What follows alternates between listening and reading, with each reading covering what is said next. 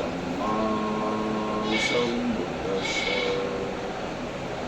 ये च बुद्धा अतीता च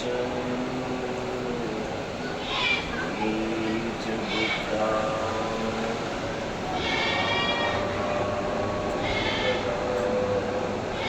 वचुपन्नाचे बुद्धा अहं वन्दामि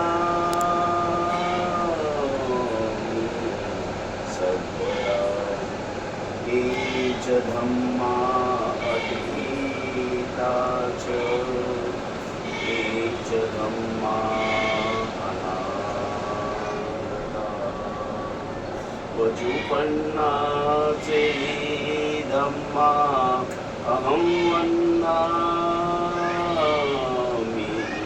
सर्वदा ये च संगा अतीता च ये च संगा अनागता वचुपन्नाचे संगा अहं वन्दामि सर्वदा. आत्महत्या गतीचा काय अर्थ आहे? यापूर्वी होऊन गेलेले अनेक बुद्ध,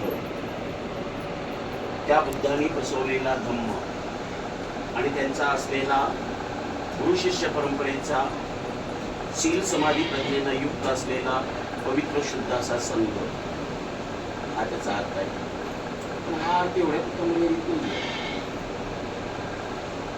महाकारुणिक त्याला सम्यक संबोधन याची फार विस्तीर्ण अशी बुद्ध वंश नावाच्या एका ग्रंथामध्ये याचं विस्तीर्ण असं वर्णन केलेलं आहे. तथागतांनी या विश्वाला 3 नावं दिली. विश्वाला नाही आहे, या ब्रह्मांडाला पहिलं नाव काय दिले माहिती का? आकाशगंगा. हा सुंदर नाव दिलं. आकाशगंगा म्हणजे काय माहिती का? सूर्यमालिका. किती सूर्य आहेत याची गिनतीच नाहीये. 1 सूर्य आहे, 2 सूर्य आहे, करोडो करोडो. एक तुम्ही गाथा म्हणता बघा नेहमी, कशामध्ये परिक्रम आहे, समंता चक्कवालेसु. याचा अर्थ काय माहिती का?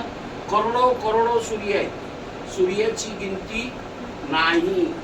समंता चक्र, चक्र म्हणजे चक्रवालामध्ये, या चक्रवालामध्ये किती सूर्य आहेत त्याचीच गिनती नाहीये. पण रोज उगवून मावळत असलेला एक सूर्य आपल्याला दररोज दिसतो. त्याच्याच भोवती फिरणारा एक पृथ्वी नावाचा छोटासा ग्रह आहे. या पृथ्वी नावाच्या छोट्याशा ग्रहावर जम्बूद्वीप नावाचे एक छोटस बेट आहे.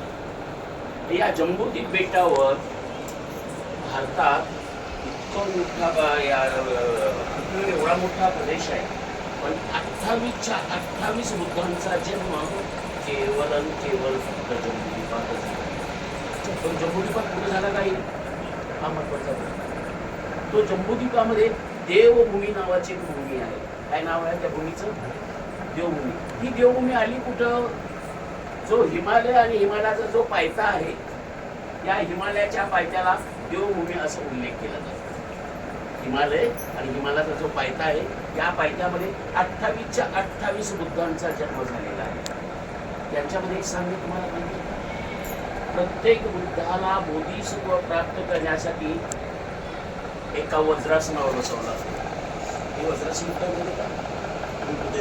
देखील असं तिथे एक बोधिवृक्ष आहे. त्या बोधिवृक्षाच्या पाठीमध्ये एक वज्रासन आहे. 4 बाय 5चा एक मोठा दगड आहे. त्या दगडाचं नाव काय आहे? वज्रासन दगड. प्रत्येक बुद्धाला, एका बुद्धाला नाही, 28 बुद्धाला जोपर्यंत त्या वज्रासनावर बसत नाही तोपर्यंत त्याला बुद्धत्व प्राप्त होत नाही. याचा एक छोटासा विचार असेल तुम्हाला. बुद्धाची जन्म प्रत्येकाच्या घरात आहे. ज्या वेळेला मार्सेना येते आणि तथागत त्या वज्रासनावर बसलेले असतात, ते म्हणतात ही जागा माझी आहे, तू उठ. भगवान मला 3 वेळेला उठ उठ म्हणतात. उठत नाही तथागत. त्यावेळेला म्हणतात ही जागा माझी आहे, तथागत म्हणतात. त्याला साक्ष कोण आहे? त्यावेळेला तथागत भूमी स्पर्शाचं खाली त्या वज्रासनाला स्पर्श करतात. कशाला स्पर्श करतात? वज्रासनाला. आणि तो मार्सेना तिथून गायब होतो. अशी बुद्धांनी धर्मावरती कथा आहे. म्हणजे सांगण्याचा अर्थ असा, जोपर्यंत कोणताही बुद्ध त्या वज्रासनावर बसत नाही आहे तोपर्यंत त्यांना बुद्धत्व प्राप्त होते. पण या प्रत्येक बुद्धामध्ये खूप मोठं अंतर असतं.